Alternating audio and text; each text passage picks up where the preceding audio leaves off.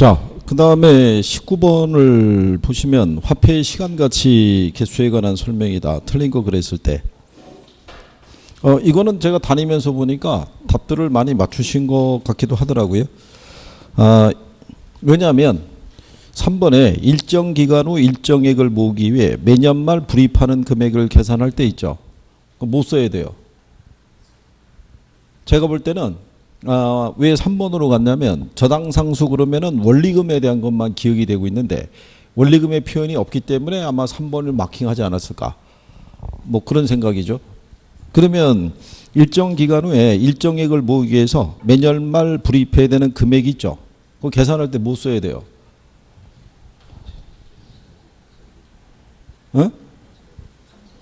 감책인 개수 써야 되죠.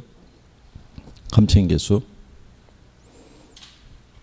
그리고 여러분들이 보시면 일시불의 내가 개수는 일시불의 현가 개수하고 역수 관계가 되죠. 역수는 기본적으로 알아두셔야 되겠고요.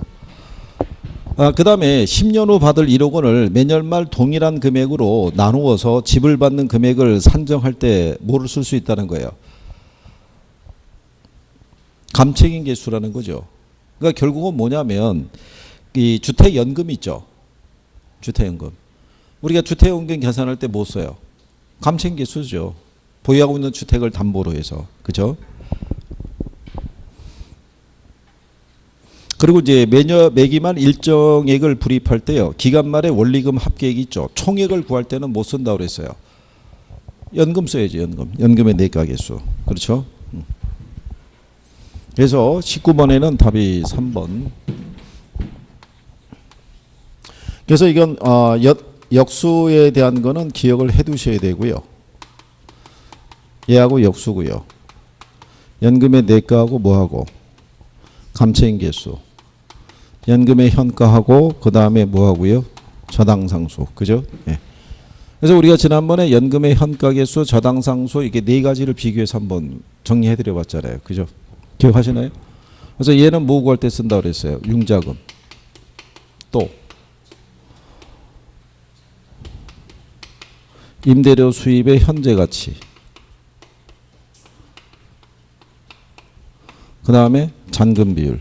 뭐 이런 거 구할 때 쓴다라고 그랬죠. 얘는 원리금 구할 때 쓸 수 있고요. 얘는 주택연금 구할 때 쓸 수 있고. 연금 들어간 애들은 다 총액 구할 때 쓴다고 그랬고요. 그죠? 네. 그러니까 기본적인 거라도 기억은 조금 해 두시는 게 필요하고요.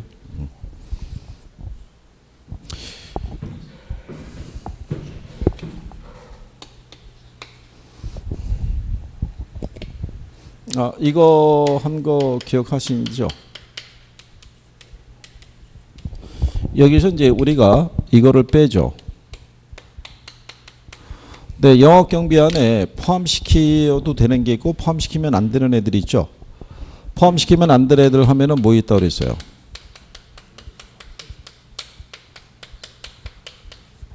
이렇게 해드렸었죠. 기억하시나요? 여기 소가 뭐였었어요? 이게 소유자 급여니까 20번의 답이 2번이라는 거죠. 여기 공이 공실, 그죠? 부가 부채 서비스세, 소가 소득세잖아요. 그죠? 감이 감가상각비, 그죠? 공실, 부채 서비스세, 이게 소득세, 이게 감가상각에. 그 다음에 이게 소유자 급여. 여기 있는 개가 뭐예요? 개인적 업무비.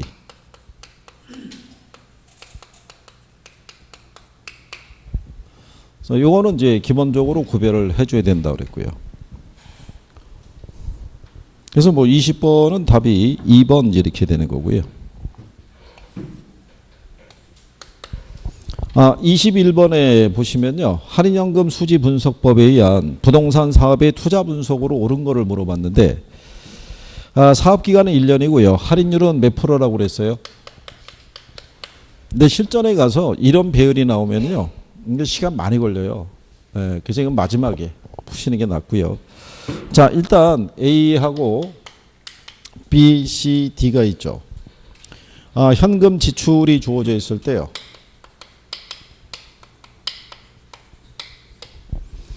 이게 이제 100만 원이고요. 120만 원이고요. 그 다음에 150, 170 이렇게 돼 있죠. 그 다음에 이제 현금 유입이 들어오죠. 유입이 들어왔을 때 얘가 121만 원 들어왔고요. 그 다음에 130만 원, 그 다음에 180만 원, 그 다음에 200만 원 이렇게 들어왔죠. 그러면 여기서는 우리가 이제 계산을 하게 됐었을 때요. 여기서는 맞춰주는 게 없어요. 끝자리를 맞춰줘야 한 두 개라도 그냥 계산하지 않고 들어갈 텐데, 그러니까 예를 들어서 무슨 얘기냐면요. 얘가 10%잖아요. 10%니까는 100에 10%면 110이잖아요. 이게 110이라도 들어오면 할인하지 않고 그냥 100 이렇게 나갈 텐데 121로 돼 있으니까, 그죠? 그러니까 어쩔 수 없이 이건 다 할인해야 돼요. 그러니까 뭐가 많이 걸리겠어요? 시간이. 그러니까 1.1로 할인하면 이거 110만 원 나오죠. 130만 원을 1.1로 할인하게 되면 118만 원 이렇게 나올 거고요. 얘를 또 1.1로 할인하게 되면 163만 원 나오고요. 그러면 얘는 이제 182만 원 이렇게 나오죠. 그러니까 결국은 계산을 다 해야 된다는 얘기거든요. 그러니까 뭐가 많이 걸리겠어요? 시간이 많이 걸리죠. 그러니까 출제자들이 이런 식으로 배열로 한 번 내준 적이 있어요. 네, 근데 그 이후로는 그런 배열은 안 나와요. 너무 시간이 많이 걸리니까. 그러면 얘가 이제 유입의 현가가 되잖아요. 그럼 여기서 뭐 빼야 돼요? 유입이니까 여기서 유출을 빼야 되죠. 그러니까 유출이 100이니까요. 그럼 얘는 순현가가 얼마란 얘기예요? 그럼 10만 원 남겠죠. 그렇죠? 그 다음에 얘는 120이잖아요. 그럼 얘는 마이너스 2가 나올 거고요. 얘는 150이니까 13만 원. 얘는 170이니까 12만 원. 이렇게 나오겠죠. 순현가의 크기가. 유입에서 유출 빼야 되니까요. 그렇죠?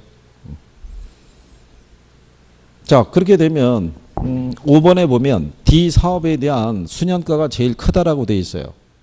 근데 얘가 제일 크진 않죠. 뭐가 제일 커요? C가 제일 크죠. C가.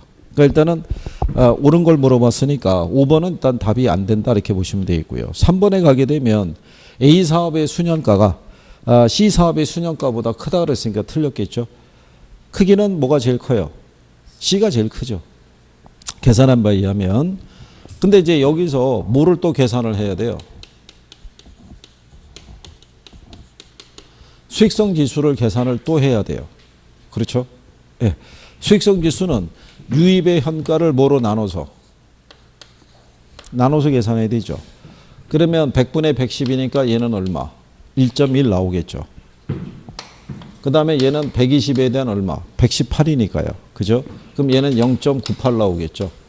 100분의 98 개념이니까. 그 다음에 얘는 163을 얼마로? 150으로 나눠야 되니까 얘는 1.09 이렇게 나오겠죠. 그 다음에 얘는 170을 갖다가 182로 나누니까 1.07 이렇게 나오겠죠. 수익성 지수는 유입 현가를 뭐로 나눠서? 유출 현가로 나눠서 계산하니까요. 그러면 2번 지문에 가면 순현가나 보면은 수익성 지수로 판단할 때 B 사업은 타당성이 있다고 그랬으니까 틀렸죠. 왜냐하면 B 사업에서는 순현가도 마이너스 2, 그 다음에 수익성 지수도 1보다 작잖아요. 그러니까 B 사업은 타당성이 없다고 봐야겠죠. 그 다음에 3번에 가게 되면 A 사업의 4번에 가게 되면 C 사업의 수익성 지수가 A 사업의 수익성 지수보다 크다는 얘기죠. 그럼 틀렸다는 얘기죠. 수익성 지수는 A가 제일 크니까.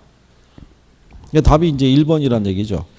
A 사업은 B 사업의 수익성 지수보다 크다. 그죠? 답이 1번. 근데 여러분들이 보시기에도 이거 다 계산해서 이거를 도출하려고 그러면 다 확인해야 되거든요. 이거를 일단은 여기까지 도출은 해야지 비교가 될 테니까. 그렇잖아요. 그러니까 요즘은 이런 식의 배열은 거의 잘 안 나와요. 너무 시간이 많이 걸리니까. 그래서 오히려 여러분들이 그 지난주에 풀었던 그 순현가 계산하는 거 있죠. 오히려 그런 식으로 해서 A, B 이렇게 해서 A, B, C 4개 중에서 초이스하는 쪽은 가능성이 있어요. 근데 이렇게 하게 되면 너무 시간이 많이 걸려요. 그러니까 뭐 틀렸다고 그래서 이거는 뭐 크게 낙담하실 필요는 없고요. 그 다음에 이제 뒤로 가면은 22번 문제가 있죠. 다음 같은 현금 흐름에서 자본 회수기간을 물어봤을 때 22번은 뭐 대부분 맞추신 것 같은데요. 22번은 이번에 3년 6개월이 되겠죠. 그렇죠? 거기 보게 되면 이게 원래 이제 구성은 이렇다고 그랬죠. 순현금 흐름이 있고요. 누적 현금 흐름이 있을 때.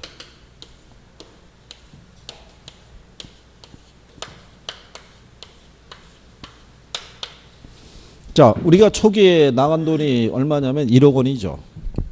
그죠? 누적도 이제 마이너스 1억이죠. 근데 이제 첫 해 얼마가 들어오냐면 2천이 들어오죠. 그러면 얘가 마이너스 8천으로 이렇게 바뀔 거고요. 그 다음에 2년 차에 3천이 들어오죠. 그러면 얘가 마이너스 5천으로. 그죠? 3년 차가 됐을 때 다시 3천이 들어오죠. 그러면 얘가 마이너스 2천으로. 그죠? 근데 4년 차가 됐을 때 4천이 들어오죠. 그러면 얘가 플러스 2천으로 바뀌죠. 그러니까 3년 반 만에. 그러니까 4년째 때 4천이 들어왔잖아요.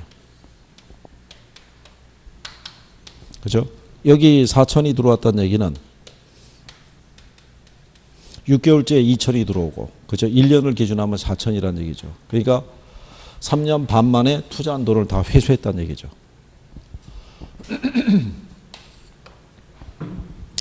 그리고 여기 있는 회수기간법은요, 투자의 판단이 이 현금 흐름에 있지 않아요. 수익성에 있지 않고 시간성에 있다고 보시면 돼요. 그래서 얘는 회수기간 이후에 현금 흐름은 고려한다, 안 한다? 안 한다는 얘기죠. 여러 개 비교할 때. 그래서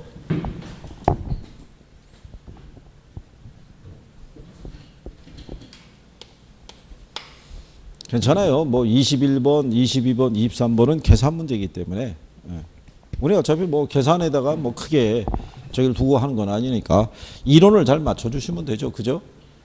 그러니까 만약에 시험에 갔는데 그런 배열은 아직까지 나타난 적은 없는데요.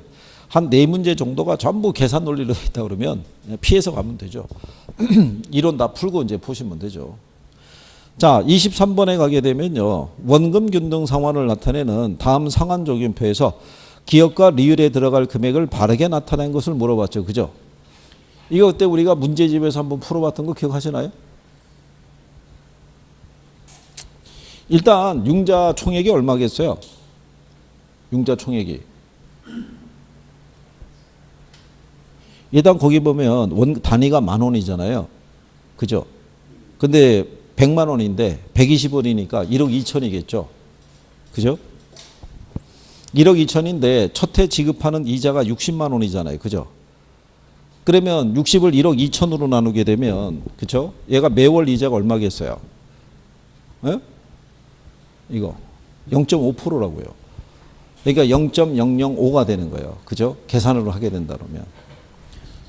그래서 23번에는요. 융자 원금이 1억 2천이에요. 1억 2천인데 얘가 매월 상환 조건이라고요. 그러니까 매월 상환 조건이니까 기간이 몇 년인데 10년인데 매월이니까 120으로 나눈 거죠. 그죠? 120으로 나눴으니까 얘가 얼마 나오겠어요? 100만 원 나오는 거죠. 근데 첫 해 이자가 얼마 나왔냐면 60만 원 나왔잖아요. 그래서 이거를 1억 2천으로 할인을 하게 되면 이게 0.5%라고요. 그러면 연 이자율은 얼마냐면 6%라고요. 나누기 12 하니까 0.5% 나온 거예요. 그죠? 그러면 자, 원금이 얼마예요? 100만 원이죠. 그러면 여기에 대한 0.5% 하면 얼마 나오겠어요? 여기. 이게 0.5, 0.05%. 0.05%. 이거 나누면 0.05% 나와요. 그럼 얼마 나온다는 거예요? 5,000원 나와요. 그러면 그 다음서부터 이자는요. 5,000원 단위로 줄어드는 거예요. 그 기억하시나요? 그러니까 첫 해는 자 이자가 60만 원이었는데 두 번째가 59만 5천 원이잖아요. 그죠? 그러면 3회차는 얼마겠어요? 59만 원. 그렇겠죠? 그럼 마지막에 될 거 아니에요. 마지막에 원금 100만 원과 마지막 이자 얼마 내면 되겠어요? 5천 원. 그렇죠? 그러니까 원금 100만 원하고 이자 5천 원 합하게 되면 100만 5천 원 내면 되죠. 그래서 답이 3번이에요.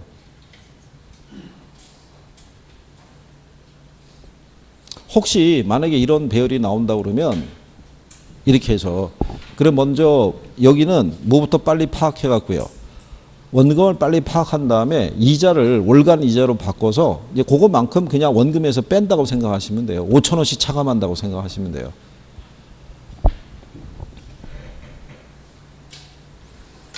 근데 아마 이게 또 나오면요. 학생분들은 이거 구할 때 또 머리 아플 거예요. 이게 또 뭘 의미하는지 모르니까. 한참을 또 들여다봐야 이게 120월 이렇게 돼 있으니까 아 이게 매월 상한 조건이구나. 이자가 이제 60만 원이구나. 그러니까 이제 60에 대해서 1억 2천 나누게 되면은 0.005% 이렇게 나온다고요. 그러면 연간 이자율은 6%겠구나. 나누기 12 하면은 0.005% 나와요. 이게. 근데 아마 실전에 나오더라도 그 자꾸 접해서 풀어본 경험이 없으면은 풀기는 만만치 않으실 거예요. 이게. 그래도 어쨌든 다양한 형식을 한번 또 접해봤다 이렇게 생각하시면 되고요.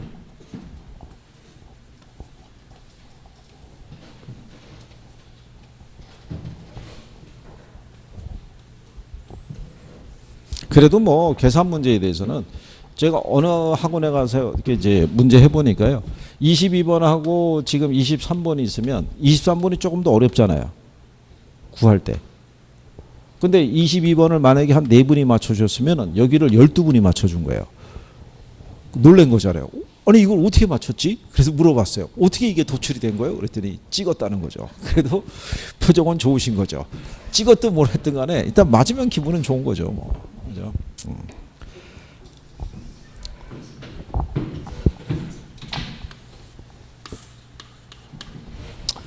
자, 24번 문제가 있을 때요. 담보 인정 비율과 차제 상환 능력이 상향 조정되었다는 얘기죠.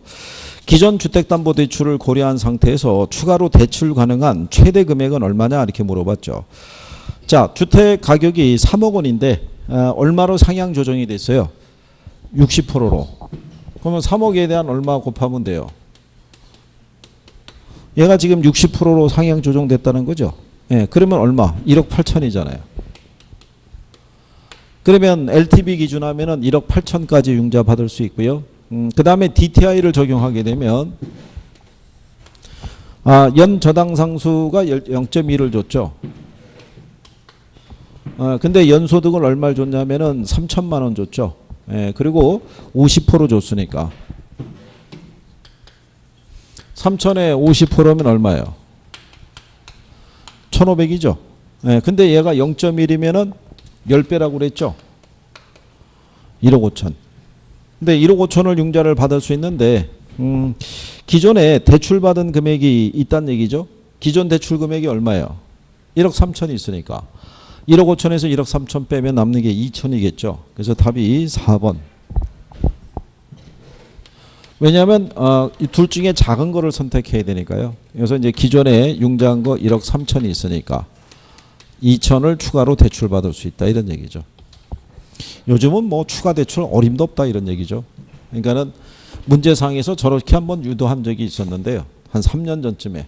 그때는 정부가 대부비를 높여줄 때였었어요. 그래서 그의 시험 문제는 그렇게 나왔는데 근래는 아마 그렇게 나오긴 조금 어렵다고 봐야겠죠.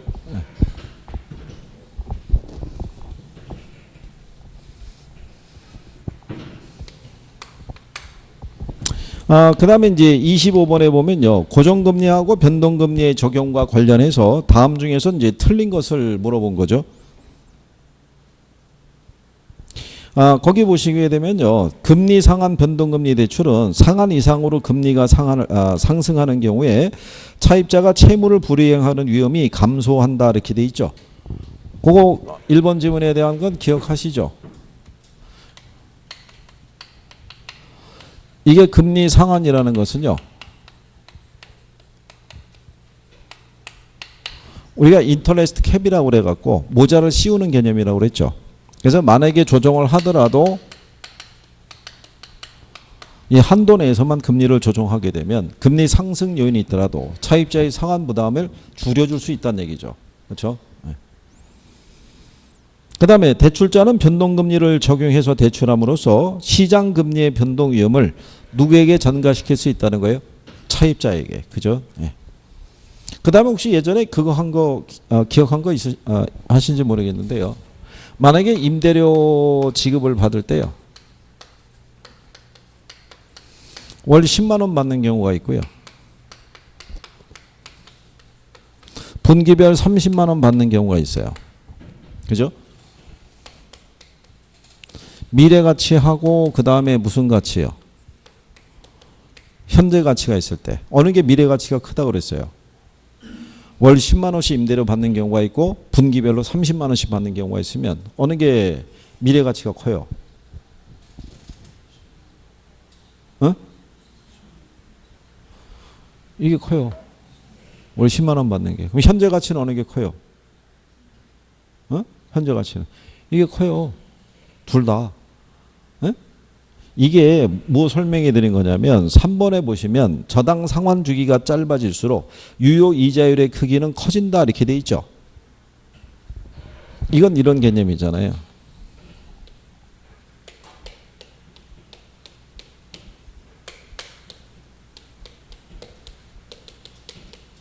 이렇게 돼 있다면요. 매년 얼마씩 받는 거예요?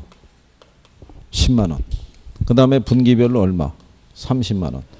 그러면 이자라는 건요. 한 번 더 지급받은 게 유리한 거죠. 복리계산이라고 가정하게 되면. 그죠? 만약에 12%라고 그러면 이자를 1년에 한 번 받는 거잖아요. 근데 이걸 매월 받는 거라 그러면 월 1%잖아요. 그럼 그거 받아서 계속 적립하면 뭐가 붙어요? 이자에 이자가 가산이 되죠. 무슨 말인지 아시겠나요? 그러니까는 당연히 한 번 더 받는 애가 이 12개월째가 되면 얘가 더 커진다고요. 그러니까 얘를 다시 현재 가치로 할인하면 얘가 더 커지죠. 그래서 3번에 보면 저당 상환 주기가 짧아질수록요. 유효 이자율의 크기는 커지는 거예요. 그러니까 이자를 한 번 더 받는 게 유리하다라고 생각하시면 되는 거예요. 이게 여러분 시험에 어떻게 나왔냐면요. 이자를 복리에 따른 이자를 지급받을 때 한 달에 한 번 지급받는 것보다 1년에 한 번 지급받는 게 더 유리하다. 이렇게 하고 틀리게 한번 준 적이 있어요. 그게 근데 원래 이론상에서는 이렇게 나와 있는 거예요. 임대료를 만약에 지급했을 때 혹시 만약에 이런 패턴으로 문제가 나오면은 임대료를 한 번이라도 더 받는 게 유리한 거예요. 무슨 말인지 아시겠죠?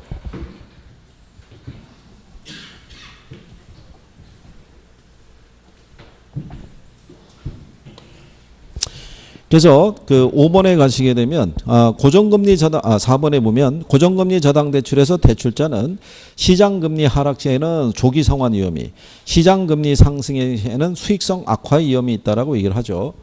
근데 이제 여기서는 항상 조기 상환을 언제 하는지를 꼭 알아두셔야 돼요. 조기 상환할 때 약정 이자율이 있고 무슨 이자율이 있을 때요? 시장 이자율이 있을 때. 어떨 때 조기 상환을 해요? 어떨 때? 시장 이자율이 낮아질 때. 그러면 조기 상환하는 거죠. 그러면 내가 지금 비싼 이자로 돈을 갖고 있다는 얘기잖아요. 그렇죠?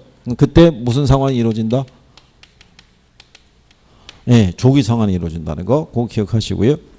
5번에 보면 물가가 상승할 때 물가에 연동시킨 변동금리로 차입한 투자자는 차입금을 조기 상환해서 금리 부담을 줄일 수 있다라고 돼 있어요. 이거 해설 봤더니 이게 고정금리로 했을 때 조기 상환한다 뭐 이렇게 돼 있던데 변동금리로 대출을 했더라도 이게 물가가 상승할 때 물가에 연동시킨 변동금리로 대출 받으면 당연히 이 사람도 상환 부담이 커질 거 아니에요. 그죠? 그러면은 이 사람도 조기 상환할 수 있어요, 없어요? 그럼 이게 논란의 대상이 될 수 있죠, 나오면. 그러니까 5번은 그냥 생략하세요. 5번은 그냥 생략하시고. 네. 그리고 조건이 아무것도 없잖아요. 고정금리하고 변동금리로 적용해서 다음 중에서 틀린 거 그랬을 때 이렇게 됐을 때 조건이 없기 때문에 만약에 이런 상태로 해서 나가게 되면 또 뭐 난리 나는 거죠. 2인칭 들어가고. 그러니까 참고하셔도 된다는 것. 대신에 요거는 기억하시라는 거죠. 무슨 금리 하에서? 네, 고정금리 하에서. 이거 시험에 잘 쓰는 거예요. 기억해 두시고.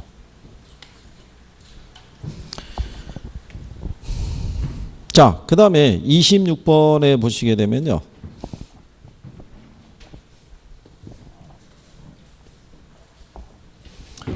일단 이제 이거는 기억하시죠?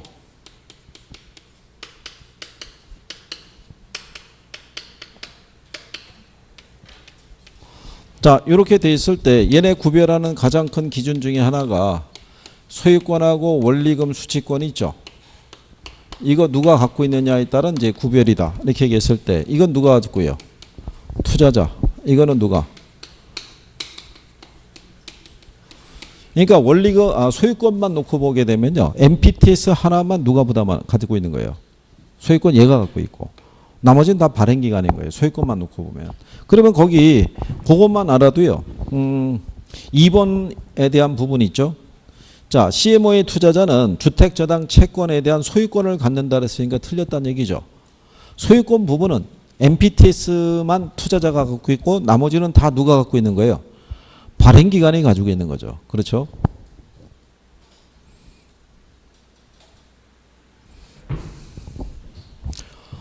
여기 26번의 답은 이제 5번인데요.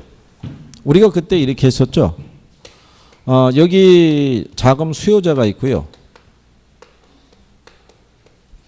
여기 금융기관 사이에 대출이 이루어지는 게 몇 차 시장? 이게 1차.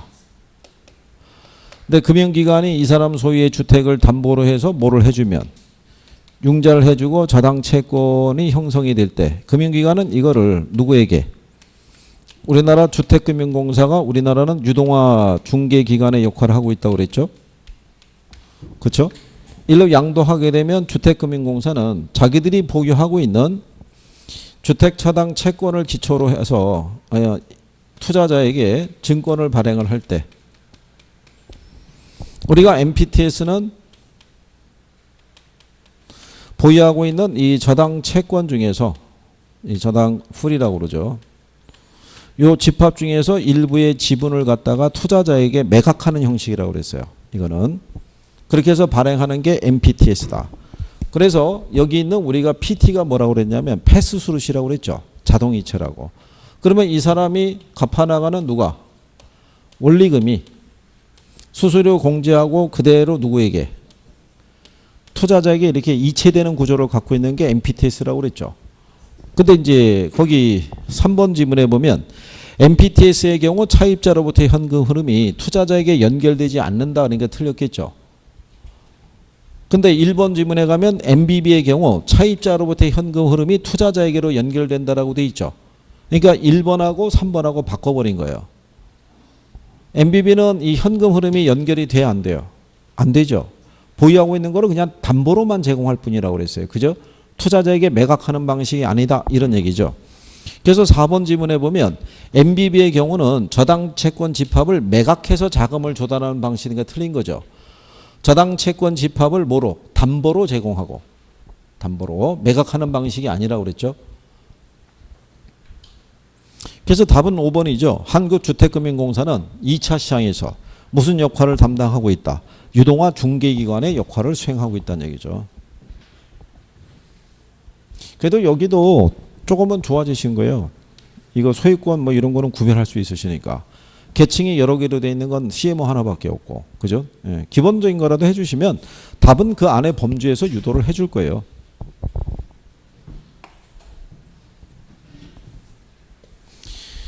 그래서 이 문제 이렇게 다뤄보게 되면요. 요것도 조금은 개선이 됐고, 뭐 수년가나 수익성 지수에 대한 표현도 조금은 개선이 됐는데, 세부적인 게 조금 더 들어가시면 좋은데, 그러니까 실수를 조금 줄이시는 게 필요하죠. 그러니까 요즘 보아서 이렇게 이제 모의고사 같은 거 시행을 하게 되면요. 앞에서 많이들 틀리시더라고요. 그냥. 꾸준히 틀리시더라고요. 그리고 이제 요즘 이제 뒤를 막 이제 뒤가 부족하다고 싶어서 이제 뒤를 막 공부하고 계시니까 뒤쪽은 또 조금씩 개선이 되는데 앞쪽을 안 보니까 앞쪽이 또 틀리고 있는 거죠. 그러니까 이게 결국은 계속 보셔야 돼요. 다른 게 없어요. 이게 반복이거든요. 그냥 지겹도록 보셔야 된다는 얘기죠. 그리고 이제 거의 뭐 다 온 거죠. 저기 뭐 지워져 있는데 뭐 주상 거의 다 온 거죠. 뭐 저게 화요일 날인가가 뭐 39일인가 뭐 그랬던 것 같아요. 수요일 날이 38일, 어저께가 37일, 오늘이 36일이네요. 36일. 그죠? 이제 다음 주에 오는 게 이제 9월 28일 날. 그죠? 그날 오는 거죠. 9월 달 지나고 나면 이제 10월로 가는 거죠. 그럼 다 온 거죠, 그냥. 그러면 금방 가요. 슉 하고 가는 거예요.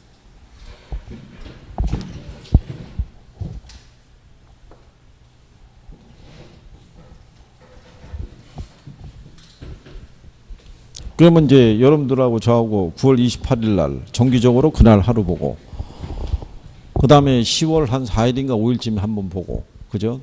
그 다음에 12일 날인가 한번 보고, 두 번인가 세 번 남아있죠, 10월 달에. 예, 그러면 이제 마무리 하시는 거죠.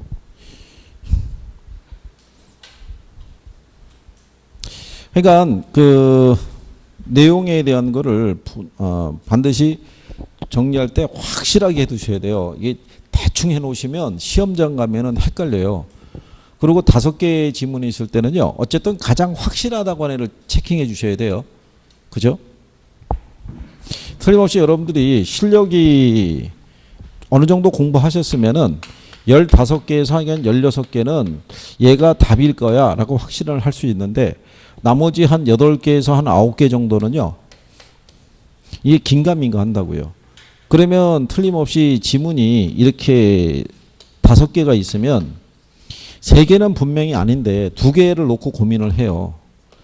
근데 내가 생각했을 때는 얘가 답인 것 같아요. 얘가. 그래서 여기다 일단 체킹을 했다가 한번 돌고 마지막에 답안지에 마킹할 때 순간에 생각이 바뀌어가지고 일로 마킹이 가요. 그럼 왜 여기서 마킹이 바뀌냐면 100% 확신을 못하기 때문에 바꾸는 거예요. 이게. 근데 경험해 보셨겠지만 바꾸면 대부분 틀려요. 먼저 생각한 게 거의 맞는 거예요. 눈이 기억을 해주기 때문에. 그래서 누누이 사람들이 얘기하잖아요. 처음에 쓴 게 답이라고 생각해라. 잘 모를 때는. 바꾸지 말란 얘기죠. 확신이 없더라도 어차피 얘도 내가 확신을 못하고 얘도 확신을 못하는 거잖아요. 근데 희한하게 마킹할 때 갑자기 그 생각이 들어와요. 그죠? 아니야, 얘가 더 맞는 것 같아. 뭐 이렇게 불현듯이. 예. 그게 이제 그날 시험의 운이라는 거죠. 이거 찍을 때 아무런 생각이 안 들면 그냥 찍을 텐데. 그렇죠? 그러니까 하나라도 정확하게 해주셔야 돼요. 이게 되는 분들도 60점을 간 넘겨서 되는 사람들이 많고요. 떨어지는 분들 중에서도 안타깝게 떨어지신 분들이 무지하게 많아요. 차라리 20점에서 30점 맞고 떨어지면은 그냥 깔끔하게 포기하겠는데, 성적이 뭐 50점대 초반 뭐 그렇잖아요. 그러면 되게 억울하다고요. 그죠? 심지어 어느 분은 2차도 다 됐는데 1차에서 하나가 모자라서 떨어졌다 그러면 그 뭐 어떻게 설명하겠어요. 그러면서 물론 이제 그분 얘기가 2차는 됐다라고 얘기를 하고 이제 얘기를 하시는데, 이 시험이 그거잖아요. 1차를 왜 중시하냐면 1차가 2차를 볼 수 있는 요건이잖아요. 1차가 합격을 해야지만 2차 시험을 이게 채점해서 그걸 붙여주는 건데, 어쨌든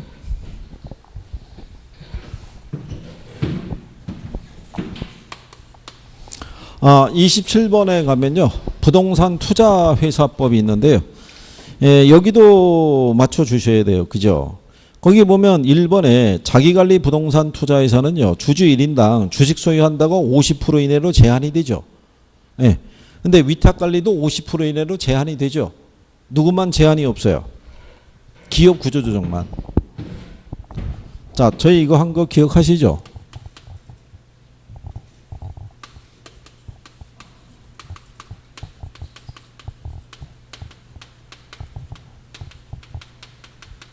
이거 한 거 기억하시나요? 자기관리, 위탁관리, 기업 구조조정 이렇게 돼 있었을 때 설립자본금 5억, 3억, 3억, 70억, 50억, 50억, 공모 30, 30, 얘 제한 없고요. 주식 분산 100분의 50, 100분의 50, 얘 적용 안 받고요. 기억하시나요? 네. 그래서 이건 얘한테 적용되는 특례사항이라고 그랬잖아요. 기업 구조조정에게만. 일본은 그래서 틀렸겠죠. 얘네들은 50으로 제한받지만 얘는 제한을 받지 않는다는 거. 그 다음에 2번에 보면요, 국장의 인가를 받아서 설립을 하며 최저자본금의 규모는 명목형은 50억 이상, 실체형은 70억 이상이 돼야 된다라고 돼 있어요. 그래서 거기 보시면은 최저자본금 기준 하게 되면은요, 실체형이 바로 뭐냐면 주식회사인 자기관리예요. 예, 자기관리는 70억이고요. 명목형은 얼마 이상? 50억 원 이상인데, 여기 있는 자기관리사항이 있죠. 자기관리. 얘는 인가를 받아야 돼요. 여기 얘네는 등록사항이에요. 그래서 인가 및 등록, 그죠? 그래서 거기 보게 되면 교통부 장관의 인가를 받아서 설립하며 이랬으니까 틀렸다는 얘기죠. 자기관리는 인가를 받아야 되는데요. 위탁관리하고 기획구조정은 그건 등록사항이에요. 이게. 그래서 표현이 인가 및 등록을 받은 후 뭐 몇 년 이내 뭐 이렇게 나가는 거죠. 그 다음에 4번 지문에요. 부동산 투자회사는 최저 자본금을 갖추기 전에는 현물 출자를 통해서 설립할 수는 없죠. 이게. 그리고 5번에 가게 되면요. 부동산 투자회사는 매 분기말 현재 총 자산의 100분의 70 이상은 부동산이어야 된다는 얘기고요. 100분의 10 이상은 부동산 관련 증권 및 현금이어야 된다 이렇게 돼 있잖아요. 그죠? 현금은 아니란 얘기죠. 부동산 관련 증권 및 그 자산으로 이렇게 구성이 되어 있어야 되니까요. 다만 여기서 보면요. 5번에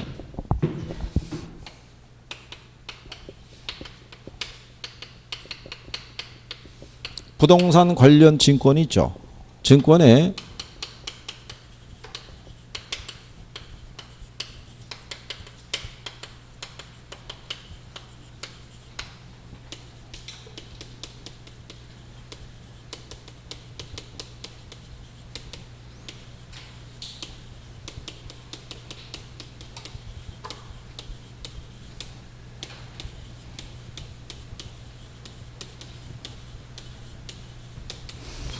부동산 관련 증권에 주택저당 채권 담보부 채권이 있죠. 이게 MBB고요.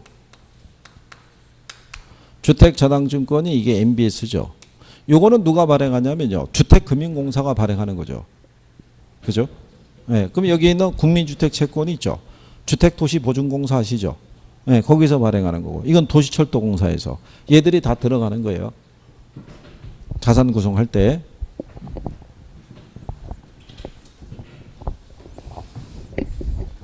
그래서 3번에 보게 되면요. 자기관리 부동산 투자회사와 위탁관리 부동산 투자회사는 5년의 범위 내에서 대통령령이 정하는 기간 이내 취득한 부동산의 처분이 제한이 되죠.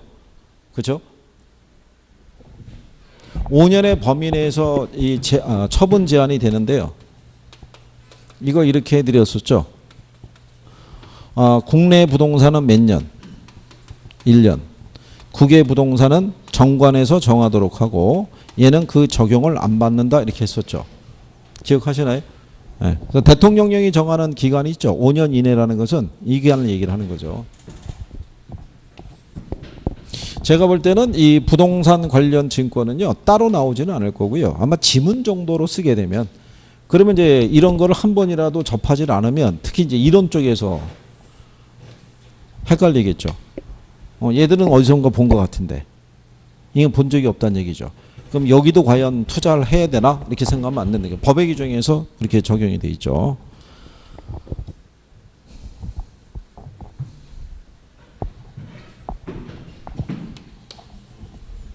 그래서 27번에는 답이 3번 이렇게 해서 하시고요.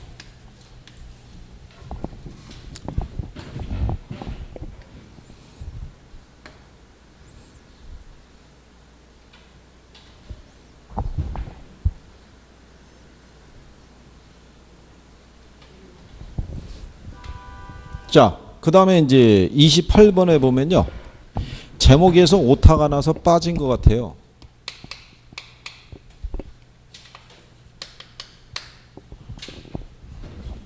동산 관리가 아니라 부동산 관리겠죠. 28번에. 네. 실전에서 이렇게 나오면 바로 인청 들어가는 거죠. 문제 구성이 안 된다. 내용은 부동산 관리인데 동산 관리가 무슨 말이냐 이래가지고 해서 우기면은 어쩔 수 없이 받아줘야 되죠. 부자가 있느냐 없느냐 차이점이 크기 때문에요. 틀린 거를 물어봤죠. 예, 틀린 걸 물어본 것이니까 답은 일단 1번이죠. 입주자에 대한 서비스 수준이 높고요. 의사결정과 업무 처리가 신속한 것은 자가관리가 되겠죠. 위탁관리가 아니라 무슨 관리? 자관리. 예, 그 다음에 유지활동에서는 예방적 유지활동이 가장 중요하다라고 얘기를 했고요. 그죠? 그 다음에 이제 혼합관리 방식에서는 자가관리에서 위탁관리로 이행하는 과도기에 유용한데 책임 소재가 불분명하다는 문제가 생기면 그런 단점이 있다라고 얘기한 거죠. 그리고 자가관리 방식이 기밀 유지가 유리하죠. 그죠? 관리는 나오면 뭐 대부분 맞춰주시는 게 맞다 이런 얘기죠. 그 다음에 이제 29번에 가게 되면요.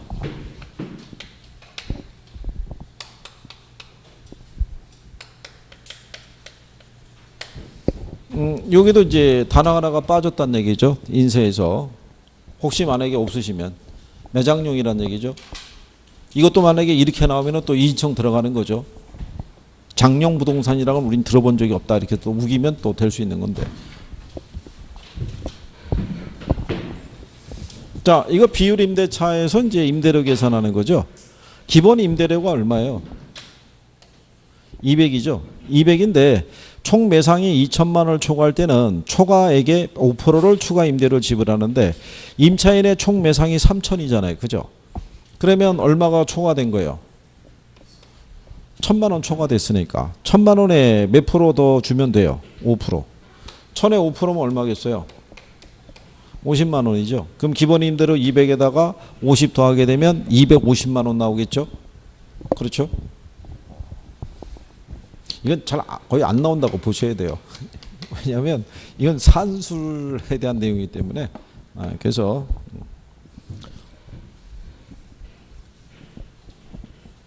이렇게 구하는 개념이다. 그래서 여기까지 하셨어요. 그 다음에 이제 30번에 보시면요. 민간에 의한 부동산 개발 방식을 설명한 것 중에서 가장 옳은 것으로 짝진 걸 물어봤죠. 그때 거기 보면요. 자기 자금과 관리 능력이 충분하고요. 사업성이 양호하다면 무슨 방식이 유리해요? 예? 자체 개발 사업. 그게 유리하죠. 그러면 기억은 틀렸다는 얘기죠. 그러면 1번하고 2번은 답이 아니죠. 그 다음에 니은을 갔더니 등가 교환 방식은 토지 소유자가 소유한 토지 외 개발업자가 자금을 부담해서 건축한 건물의 건축 면적을 토지 소유자하고 개발업자가 전체 투입자금 비율로 나누는 공동사업 유형 방식이라는 얘기죠. 토지 소유자는 땅을 대고 개발업자가 개발비용 대서 건물 건축한 다음에 토지 가치와 건물에 투자한 비용을 갖다가 등가로 교환하는 방식. 그러니까 니은은 맞는 표현이죠. 그러니까 니은이 들어가야 되니까 답은 3번 아니면 4번이란 얘기죠. 근데 거기 디귿을 가게 되면요. 개발 신탁에서는 신탁사의 소유권을 넘기는 건 맞죠. 맞는데 누가 자금을 조달한다고 그랬어요? 수탁자인 신탁회사가 자금을 조달하니까 토지 소유자가 자금을 조달한다 그러니까 틀렸다는 얘기죠. 네, 그래서 디귿이 들어가면 또 안 된다는 얘기죠. 그래서 답은 4번이 되겠죠. 그렇죠? 그리고 신차지 방식은요. 개발업자가 토지를 임차해서 개발하는 방식인데요. 계약기간 중에는 이 소유자에게 지대가 지급이 되고요. 계약기간 종료 시점에서 건물이 유상으로 양도가 된다 그랬을 때 여기 소유자가 임차해서 개발하는 방식이라고 되어 있는데 임차해서 개발하지는 않고요. 공동사업 방식이라고 보시면 돼요. 이 자체가. 그리고 토지 소유자에게 지대가 지급이 된다는 얘기인데 이게 지대라기보다는 뭐냐면요. 공동사업을 통해서 발생한 수익을 배당하는 형식이라고 보시면 돼요. 이게. 그래서 이 문제에서 리을도 맞는 걸로 구성이 되어 있는데 표현은 조금 완전하진 않아요. 이 자체가. 그래서 답은 4번으로 되어 있는데 신차지 방식은요. 여러분 시험에서 딱 한 번 나왔어요. 신차지 방식은. 자주 등장하진 않아요. 그러니까 실상은 여러분들 시험에 잘 나오는 게 이게 주로 나오는 거예요. 이게 왜냐하면 신차지 방식이라든가요. 뭐 건설협력금 차입 방식이라 이런 게 다 일본식 표현이에요. 등가 교환 방식 이런 게. 그래서 한때 그런 표현으로 나왔던 적이 있는데 지금은 그런 식의 표현이 잘 안 떨어지거든요. 그래서 이런 거 위주로. 자, 어쨌든 30번에 대한 거를 여러분들이 풀어보신 거고요. 31번에 대한 게 있을 때요. 이 컨버스에 대한 분기점 모형에 대한 계산 공식이 있죠. 우리가 A를 기준하게 될 때는 어떻게 한다고 그랬어요? 만약에 A로부터의 분기점을 찾으면요. 여기 이렇게 분수식이 있을 때 분모가 A가 들어가죠. 이게 B 면적 들어가고요. 이게 A 점포. 이게 B 점포. 그리고 A, B 간의 거리. 여기는 뭐 그냥 비례식을 써서도 대입은 가능한데요. 그냥 단순 대입하시는 게 편하실 거예요. 왜냐하면 수치를 다 주니까요. 거기 보시면은 자 A의 면적이 이거 거리는 12km고요. A의 면적이 얼마냐면 3,000이죠. 근데 B의 면적이 얼마냐면은 27,000이잖아요. 그죠? 그러면 나누면 얼마 나오겠어요? 9 나오죠. 나누면. 그러면 루트 9라는 것은 뭐예요? 루트 3의 제곱이죠. 없어지면 얼마 나와요? 3 나오죠. 그죠? 그러니까 이거는 저는 이렇게 한 거고 계산기에다가 루트 9 계산하면 그냥 3이 나와요. 그러면 1에다가 3을 더하면 얼마겠어요? 4겠죠. 11을 4로 나누면 3 나오겠죠. 그러면 A로부터 몇 킬로 지점인 거예요? 예, 3킬로 지점이죠. 근데 여기는 지난번에 우리가 문제 풀 때 요령 알려드렸지만 A가 매장 면적이 얼마예요? 예, 3,000이잖아요. 근데 B는 매장 면적이 얼마예요? 27,000이잖아요. 근데 거리가 10km면은 중간이 6km란 얘기잖아요. 그죠? 그러면 분기점은 무조건 6km 왼쪽에 있는 거죠. 얘가 끌어당기는 힘이 더 커질 테니까. 무슨 말인지 아시겠죠? 그러니까 답은 예, 거기 보게 되면 5km 지점이라고 줘가지고 1, 2, 3, 4, 5. 근데 실전에서는 이렇게 안 주죠. 실전에서는 확실하게 답이 될 수 있는 건 2개밖에 안 주겠죠.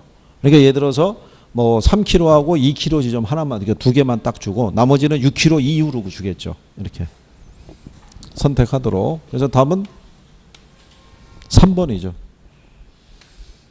그래서 근래에는 얘가 문제로는 잘 등장 한 번 나왔어요. 한 번. 18회 때가 한 번 나오고 그 이후로는 잘 등장을 안 하죠.